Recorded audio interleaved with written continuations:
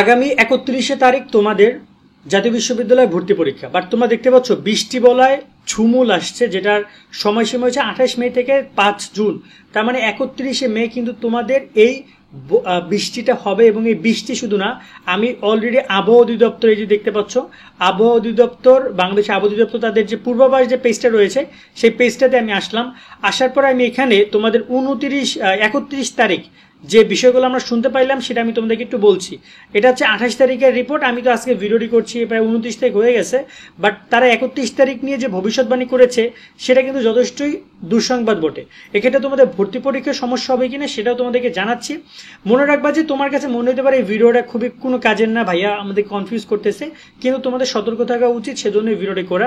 ভর্তি পরীক্ষা হতে পারে এবং হবে, শিওর থাকো। তবে এখানে কিছু যদি কিন্তু থাকতে পারে, কারণ এখানে বৃষ্টি, বন্যা, তারপর হচ্ছে তোমার এখানে বজ্রপাতের মতো ঘটনা ঘটতে পারে। এবং আমরা যদি তোমাদেরকে একটু দেখাই, তোমাদের এখানে 14 দিন, এখান থেকে 14 দিন যদি আমরা ক্যালকুলেট করি, তোমরা একটু দেখো যে 31/5/2025, তোমরা আশা করি জুম করে দেখতে পাচ্ছ, সকাল সন্ধ্যা 7টা থেকে তারা এই আপডেট রিপোর্টটা দিয়েছে যে বৃষ্টিপাত রংপুর, রাজশাহী, ময়মনসিংহ, সিলেট বিভাগে অনেক জায়গা, ঢাকা, খুলনা, বরিশাল, চট্টগ্রাম বিভাগে অনেক জায়গায় অস্থায়ীভাবে দমকা হাওয়া সহ বিদ্যুৎ চমকানো হালকা থেকে মাঝারি ধরনের বৃষ্টি, বজ্রপাত বৃষ্টি হতে পারে।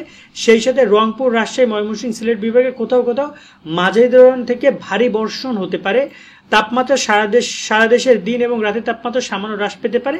সো এইটা তারা জানিয়েছে, এবং তারা এখানে কিন্তু যে বৃষ্টি বলার কথা বলেছে সেই রিপোর্টটা তোমরা চাইলে কিন্তু ওই অনলাইন থেকে তোমরা নিজে দেখে নিতে পারো যে এইরকমটাই হচ্ছে প্রায় 28 তারিখের পর থেকে।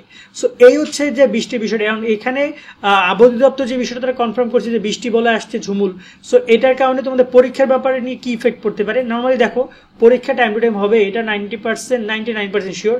কোনো প্রাকৃতিক দুর্যোগের কারণে হয়তো পরীক্ষা পিছিয়ে যাওয়ার সম্ভাবনা একটা থাকতে পারে, বাট সেটা জাস্ট 1%। কিন্তু পরীক্ষা যদি হবে, এক্ষেত্রে তোমাদের সমস্যাটা হবে তোমাদের ভোগান্তিতে। তোমরা যদি পরীক্ষা দিতে যাও, যদি বৃষ্টি পড়ে বা তখন যদি দমকা মানে ঝড় বা হালকা এরকম কোনো কিছু সমস্যা হয়, বজ্রপাতের মতো ঘটনা ঘটে, তখন তোমরা একটা ঝামেলার মধ্যে পড়বা। তো এইটাকে আমি তোমাকে অগ্রিম সতর্কতা বাণী বলে মনে করি। দেখো, একটা জায়গায় যাওয়ার আগে সেখানকার আবহাওয়া দেখা, একটা জায়গায় যাওয়ার আগে সেখানে সেই সময়কার পরিবেশ কেমন হবে, এটা অ্যানালাইসিস করা একটা বুদ্ধিমানের কাজ। বাট তুমি যদি সেটা না করে যদি স্কিপ করে যাও, যেতে পারো দৈনন্দিন কাজ হিসেবে মনে করবো যে আর কি পরীক্ষা দিতে যাবো, বাট একটা বৃষ্টি আসলে বা একটা ঝামেলা হয়ে গেলে তখন তুমি ঝামেলা পড়ে যাবে, এবং পরীক্ষা কিন্তু তোমার প্রায় একটা বেলা চলে যাবে, সকাল থেকে প্রায় সেই দুপুর পর্যন্ত। সো আমি বলবো যে তোমরা চেষ্টা করবে ছাতার সাথে নিয়ে যাওয়ার জন্য, তার সাথে আরো যা যা দরকার আছে সেগুলো নিয়ে যাবা, নিয়ে গিয়ে পরীক্ষায় অংশগ্রহণ করবা। পরীক্ষা তোমাদের 100% হবে, এটা তোমরা শিওর থাকো, এবং জাতীয় বিশ্ববিদ্যালয়ের পরীক্ষা পিছাবে না। হ্যাঁ, যদি একদম দেখা যায় যে ঝড় আসছে, এমন ঝড়, আর ঝড় আসলে তো অন্তপক্ষে আরো প্রায় 10-12 দিন আগ থেকে জানা যায় নিম্নচাপ যদি হয় বা লঘুচাপ যদি হয় বা বিপদ সংকেত যদি আসে, তো সেরকম কোনো কিছু না, সব পরীক্ষা হবে। বাট যেটা হবে তোমাদের ভোগান্তিটা হবে, সে ভোগান্তি লাঘব করতে তোমাদেরকে সিদ্ধান্ত গ্রহণ করতে হবে, এবং তোমরা সেভাবে আশা করি কমপ্লিট করবা।